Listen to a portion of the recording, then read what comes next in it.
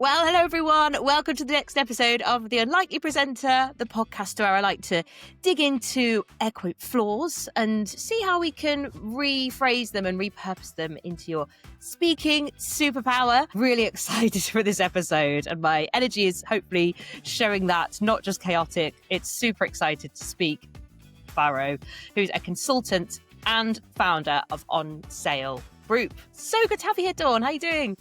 I'm extremely well. Thank you. And thank you for your energy. I love it. Good. I'm glad. So, Dawn, I always like to get my guests to introduce themselves for us and tell us a bit more about what it means in your world to be consultant and founder, please. Yeah, of course. So, as you've rightly pointed out, I live, I guess, a dual career in one economy. So, the economy that brings me together is the experience economy. It's a business I've worked in for over 20 years. And then, specifically within that, I am a consultant, and as a marketer, I work on very large scale global brand experiences such as Squid Game, the Friends experience, Batman, really big, hairy, scary, insane projects, which I absolutely adore. And then the other part of my business is much more new. In fact, this year I launched it called On Sale Group. And On Sale Group, our mission is actually speaking to sales, marketing, and communications professionals. And we work with the community to build a new network so we can learn, train, build our confidence together and get better at selling tickets and building brands. That's so exciting. I hadn't realised you were working on some of those cool events. I will definitely have to be picking your brains about that. Thanks for taking the time. Sounds like you're super busy. So appreciate you joining us today to chat a little bit more about the speaking side of things that you do, I guess. Before we get to it, though, I always like to hear about the journey of how you got to where you are. So do you want to give us a bit of a history of Dawn?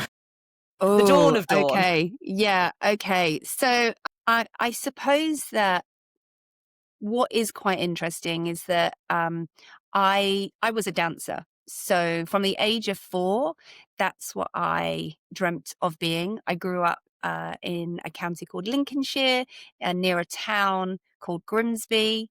If you grew up in Grimsby, it would seem very unlikely that you were going to end up in London and build this incredible career in entertainment and experiences.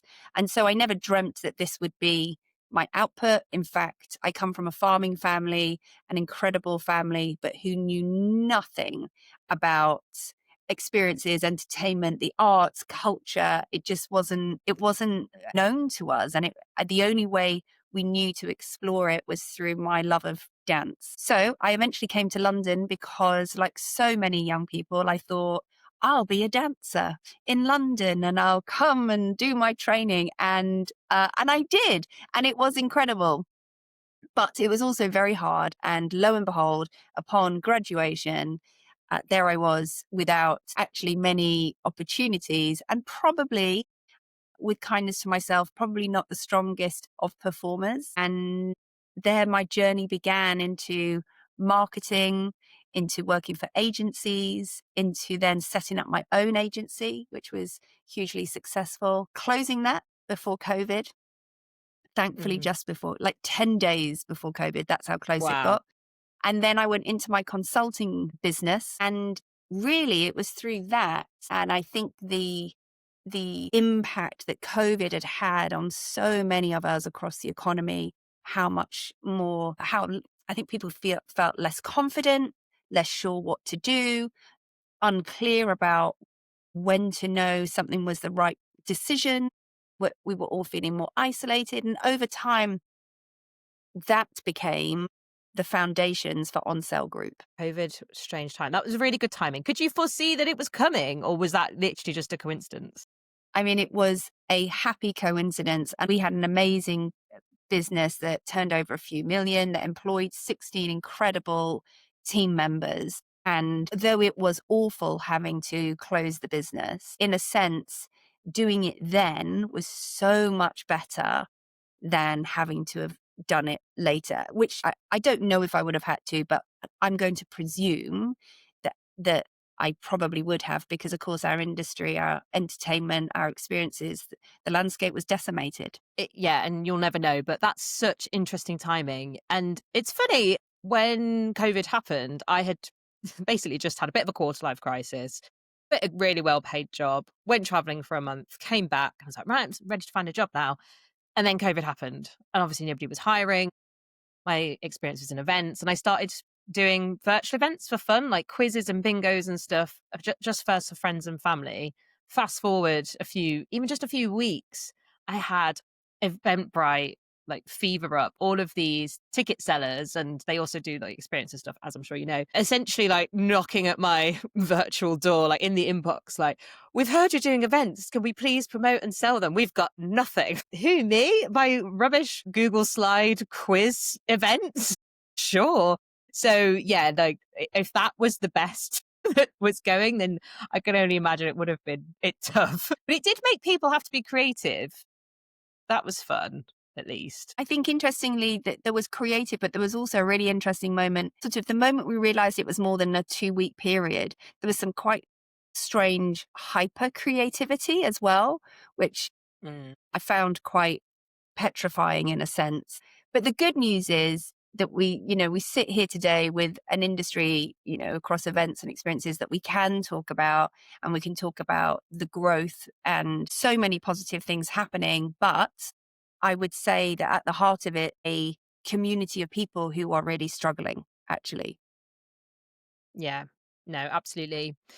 All right. Well, thank you for the history of Dawn then. So you wanted to be a dancer from 4. And okay, despite training and you say you didn't get any jobs, I would still say you're a dancer just because you haven't been paid to do it. And I'm sure you have been a few times, but yeah, you are a dancer. And so you've always liked performing. Did you like any other type of performing beyond dancing? Did you like acting, singing, or was it strictly dancing? I liked anything that meant that the audience were in the dark Okay. and I could look out and do anything. So musical theatre, loved it.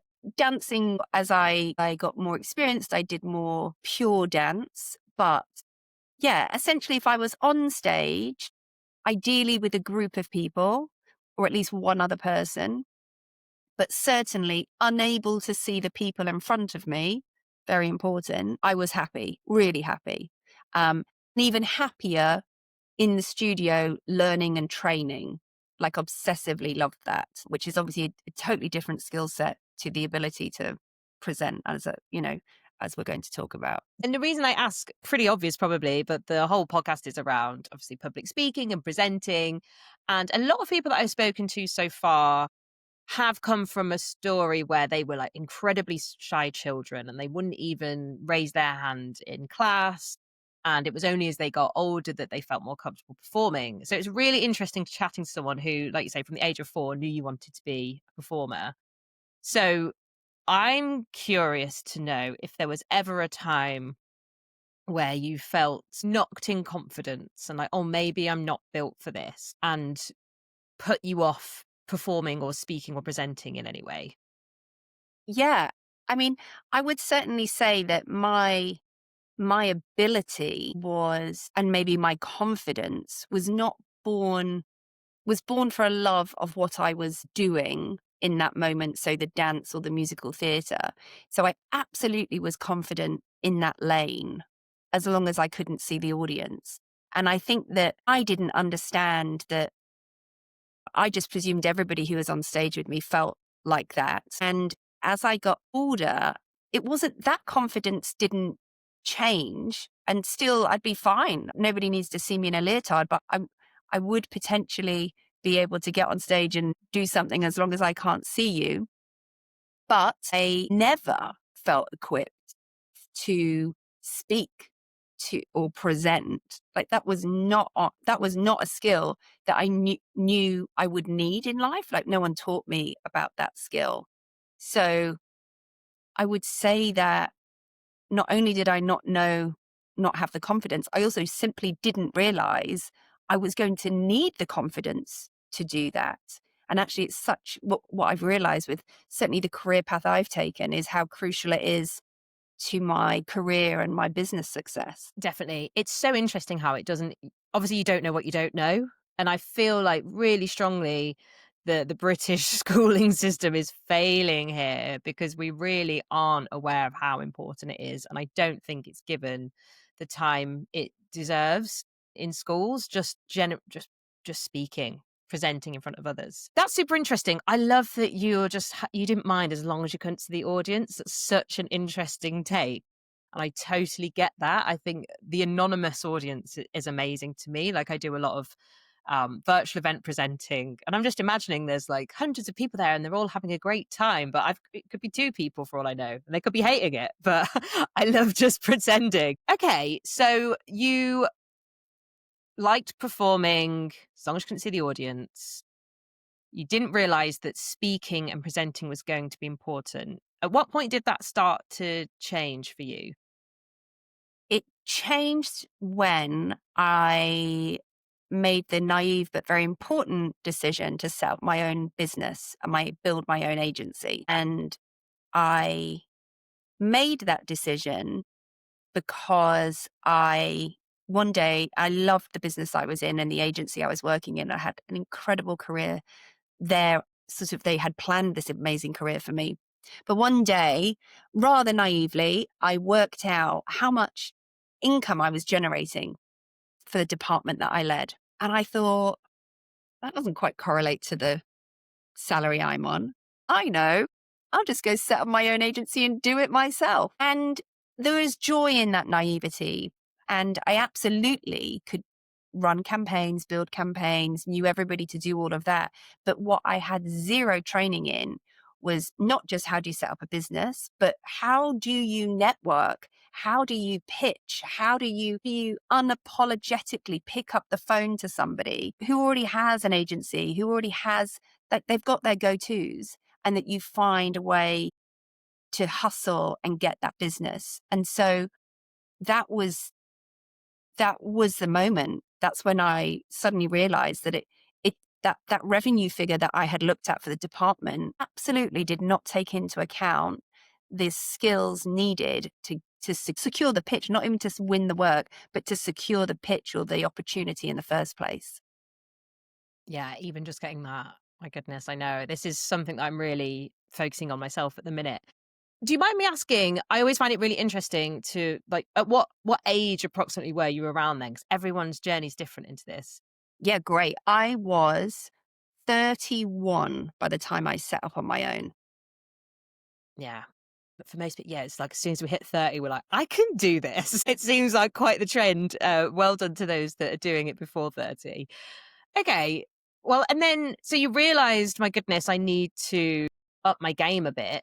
What did that look like? Like, what did you do to do that? Mm. I mean, it was awful because what I realized about myself is that the confidence I thought I had that we've spoken about actually had not set me up for this type of skill set. So I suddenly realized that and I didn't call it this at the time, but I understand it is now. Like, I actually suffer quite a lot from social anxiety. So Hmm. that I can create and curate events, and then the idea of actually then having to attend them, I mean, I literally with all my might would rather cancel. Like, I can't tell you. And it's something that you would never know about me, but it's absolutely, I want to be in. I sort of make myself do what I need to do. I am out of there as quickly as possible. I happen to be married to a partner who is my actual opposite, who will keep going until the last song plays or the last conversation is to be had. And I've left. I'm already back at home asleep. I'm like, no, no, no. Yeah. But it was that realization. It was that skill set, that ability to pick up the phone, oh, or find an email, and you send the email and it goes unanswered. And then in sales, they say, you got to keep going. And you're just thinking, Hmm. but they didn't reply. So that's probably a no. It's a no. It's a no, isn't it? It's a, They clearly that hate me. they clearly hate me, or you've pitched and you think you've won, and then you don't hear. And it's like, they definitely hate me. Oh my gosh. Like, when did I say the thing that made them hate me? Like, What was it exactly? Was it this? Was it that? Oh, that's, yeah. I mean, it's funny, but it's not funny. Yes, So absolutely. would you, and I got loads of questions here, but would you say you're an introvert then? What a great question. I don't know if I know the answer to that yet because I mean, maybe a little bit like this dual career I've created for myself. Maybe I am both. I certainly am very happy on my own. Really, really comfortable. Theatre dates, shopping, like love it. I have a daughter now who's a bit of a mini me. So maybe two of us, great. But if my husband offers to join, I'm like, I think I'm okay. I think I'm good. Like, you're amazing, but I'm okay. Don't worry. Had enough of you. Yeah, like I just don't need anyone else. Like I'm fine if it's me or if I'm fine. I do realize in times of pressure and stress that my happiest place is stillness, calmness, gentle movement. So that I think is quite an introverted way of dealing with that though. Yeah, definitely. I mean, we're all obviously on the scale and it's like ambiverts like in the middle, isn't it? But I mean, is there ever a time when you feel energized after speaking to a group of people, even if it's just like five people? And it doesn't have to be strangers, like hardly anyone leaves networking events feeling energized. But if it was like, your closest friends or family, are there moments when that does happen? So in the work context, I I can tell you I get major highs on having done the thing. So this morning, for example, we hosted a webinar for 100 people across, which was all around learning about TikTok and how to sell experiences on TikTok. And I felt less nervous going into that. I was nervous, but because it was a webinar, I couldn't see anybody. Bonus. Yeah. And after the event, like I didn't, it was, yeah, like major, like, oh my God, that was, like, yes, properly. But a few weeks ago, we did an event called On Sale Live Lates, which was essentially a small networking event. So 50 people in a room, drinks, a panel, and I mean, honestly, I think I feel like I wrote about it afterwards because I was so anxious about doing it. And I did get a high having done it, Mm. but I mean, I definitely know I had to push my emotions through that one.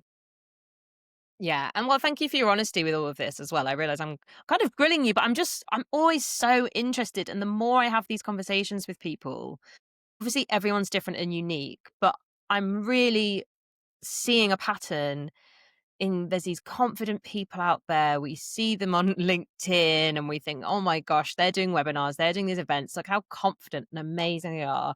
And then you speak to them, they're all like, oh my God, I was so nervous. I kind of hated it. I needed to go home and rest for 2 days after, but obviously it was great and I did enjoy it a bit.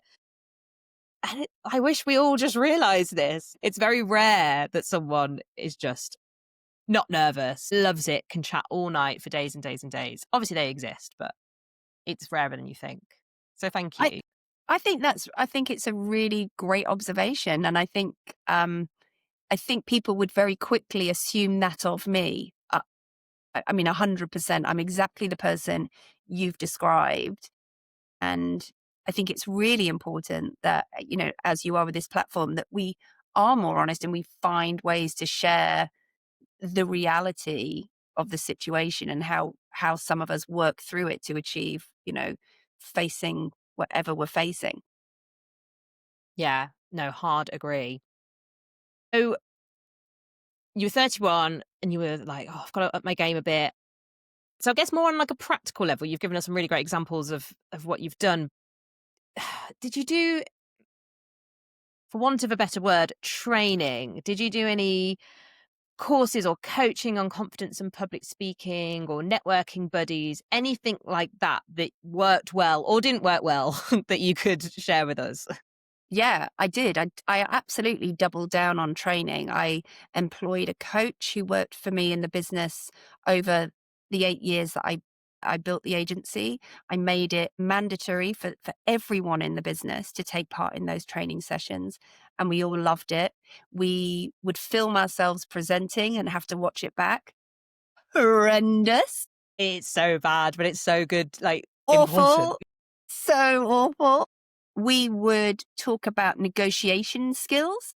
So just really going back to, like how do you negotiate if you're at the table, especially as a female of any age? So what is your body language doing? What is their body language doing? It was crucial for me to be able to learn all of those things. And I think that one of the really important things that I learned was this idea of like, what's the worst that can happen? So you pick up those skills, you try them, and then no, like what could happen? You suddenly realize like nothing bad could really happen. So, for example, the art of silence. I remember trying to learn the art of silence in negotiation. I mean, that's a cracker, right? And the first time you try it, and it is your head is like, this is bad, this is bad. And then now, if I get to that point, I am like swimming in glory. I'm like, this is the best bit. Like, this is just let it wash over me. But that's over time. That's training my brain, retraining my brain to enjoy that as part of the negotiation process. Whereas before, it just gave me the absolute fear. This is gold. I'm clipping that for socials for sure. It's funny. I'm still learning the art of silence. I think my negotiation skills are probably all right. They could definitely be a lot better. But as a presenter and MC, there are times where it's important to be quiet, of course. And I always like to give a bit of a gap just after someone's finished, just to give some time to let what they've said breathe. But that being said, don't like a silence. I hate an awkward silence.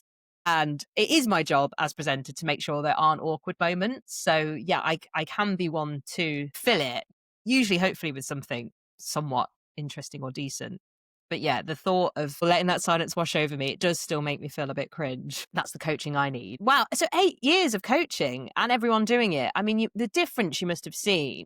Have you got any tangible examples? The tangible difference was that I was able to build this multi-million-pound marketing agency as a dancer from Grimsby. I mean, who knew, right? Like that's the difference it made. And I think that sort of overlaid with that training was the realization that if I wanted sort of this juxtaposition of if I wanted to create this thing and I wanted that to pay the bills at home, then I would also have to be able to do this other thing that I was finding really scary. And the two absolutely came together. And I think that my brain desperate, no one was going to employ me because I'd set up this business. So I had no choice. I really had to do this. And so I really had to learn the skills. And that's sort of really facing that front on. And I remember endless days be sat in my office worrying about the next phase of the business or, that person that hadn't come back to me, or am I brave enough? Quite a lot. Am I brave enough to make that approach? And how will I make that approach? And should I invite that person? Do I want to spend time with that person one-on-one? I don't know. Do they want to spend that time with me? I also don't know. Like, oh. Yeah. But I just kept trying it. And the silence was massive. And anyone, as we all know, right, especially as freelancers or business owners, founders, the silence that when you put yourself out into the world, the silence you get back is incredible and insanely off-putting. And of course, that's when the next skill around resilience then, of course, kicks in. And that bit I'm okay with. Grit and resilience from dance training, like very few people can beat me on that. But I have to point. It's just such an interesting story. You mentioned, as a 4-year-old wannabe dancer from Grimsby, and like, look at you now. I'm from, and I feel like I can ask this question because I'm from a place called Tamworth. It's the Grimsby of the Midlands, Yeah. I would say. And similar to you, I mean, my family didn't know anything about the events world and, blah, blah, blah. Do you feel like with where you've come from and your upbringing that it's held you back at all? Or do you think it's a bit of a superpower, like your unique story? I'd love to get a bit of insight into how you feel around that, please. I very rarely talk about it because it doesn't come up. I am extremely proud of where I come from and feel very sad sometimes that I had to leave in order to chase my dreams. Mm, I really remember a long period of time where it was made clear to me like that you can't stay at home. Like there is nothing for you in Lincolnshire. If you want art and culture and experiences, you'll have to go to the London. Yeah. The London. London? London. I'd only been on a coach before to see Joseph in his Technicolor Dreamcoat at the Palladium. So good. They drop you off at the door. It's so exciting. And then you come back again. Yeah. I could go live in London. And I got dropped off in Tottenham. That's where I lived for the first year. But No. yeah. So, I mean, just like the contrast is insane. And so for many years, I hated London. It was not where I wanted to be. I was desperate to go home. So it's part of my story because it's part of my family's story. And I'm very proud of that. But as a county, it wasn't set up to support what I wanted to pursue. And I imagine even there was some money then there was 2 or 3 people that we found that were working in arts and culture that I managed to make friends with. And my mum would be like, go see them. They'll help you learn a bit more. But ultimately it was bad then. It will be even worse now for any young people growing up in Lincolnshire wanting to pursue opportunities in the industry. It's interesting because I've recently joined the Network of Women in Events group, and it's got this really great WhatsApp community, like 500 women of all ages, all across the world, obviously primarily the UK though. And it's just daily people being like, oh, I really want to work in events or anything around events. And it's like, oh, all the jobs are in London. I live insert place that isn't London here. Like, what am I going to do? And it's just heartbreaking. And we don't all want to move to London. Like, I did live in London for 10 years. I went to uni there, had a great time, don't live there anymore. And I don't want to dwell too much on it, but I am always interested in people's stories. And I'm glad you're proud of where you're from, and you should be. And so am I. And, one day the art scene across the UK, I hope, will be much better than it is. That would be nice. That would be nice. I know, we need to make it happen. So the podcast is The Unlikely Presenter. Generally want to find out if there was a time or an incident or a limiting belief that you had that made you think, I'm not going to be a presenter. It's not for me. And I know we've talked about a feeling and a time and stuff, but was there a specific incident that you wanted to share? Well, I can tell you the exact nano moment that I knew I had to go. This all sounds a bit arty, but I'm going to share it. For years when I was working for someone else, I would talk with friends about setting up my business one day. And sometimes I would sit with a notepad and I'd make ideas, write ideas down. And I had this thing in my tummy, right? Like I had a feeling, right? And this thing wouldn't go away. And I had it for years and years. And then I sat one day in my boss's office, an incredible man, a man called Adam Kenwright, has gone on to, he was successful then. He's just bonanza, producer extraordinaire now. And I remember him talking, I was in his office and I remember him talking to me. So he's in front of me. And I remember looking past his shoulder, right? And there was shelves. I can see it now.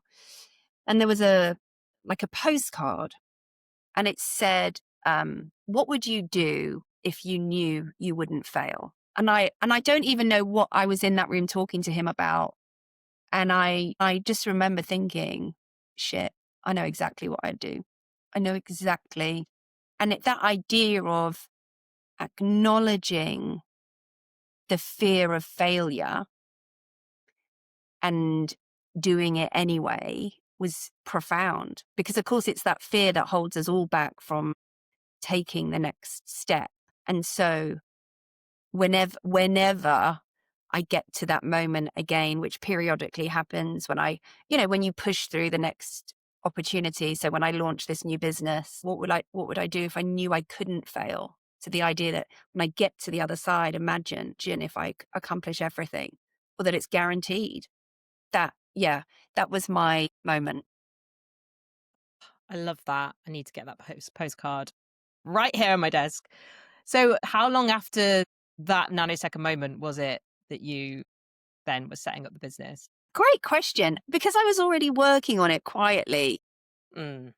I remember a holiday that I went away, and I was with a boyfriend at the time who was not in the industry, but was a designer, creator. And I remember him helping me choose the business name.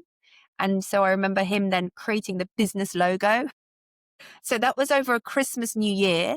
And then I remember then in the January or the beginning of February asking my boss, Adam, for a meeting to tell him, which was all horrendous, obviously, because it was petrifying and Yeah. still makes me a bit like, yeah. But so I don't know, like it could have been 6 months. I don't think it was more than that, because it was the impetus. It was the final push. It was the final push that I needed. I love that story. That's so good. And obviously, you weren't just going to be like mid meeting, I've just seen your postcard. Let me just tell you, actually. Gotta go. Quit. Yeah, exactly. That would have been extra. I hope that's the movie version. So then I guess I'd be remiss not to ask, what have been some of in your perspective, like biggest speaking moments? And it doesn't need to be biggest, like biggest crowd. It might be, but like, what are you most proud of? Well, I'm most proud that the irony of all of this and the fear of all of this that I felt is that I've now created a platform and a community on Cell Group where my voice, I'm always forcing myself to stand on stage. I'm always hosting the next event, curating the next event. And I think that there's something kind of so ironic about a dancer that was really happily on stage with her friends and not being able to see the audience, that now I sort of am saying, let's build this incredible community. And I will, for as long as is necessary, lead us so that we as a community take back our power. We are valuable. We emphasize to the industry the importance of marketing and sales, and that we need to be confident in what we do, and how we're selling and how we're, developing strategies. That's what I'm proud of now, that I worry less about what people think about me, because I see that there is a much greater need that is far beyond my feeling of lack of confidence or feeling uncomfortable. There's a much more important thing that I am aiming for. Yeah, I love that. I've said a few times, like being nervous and being afraid to do these things can actually be selfish. Like you need to do it, not just for you, for everyone that you're trying to help in whatever it is you do. Is there like a huge event or speaking opportunity that is like in your head that you want to do next, like the next big thing, TED Talk or something? I have in my notes, I have a section which is called speaking.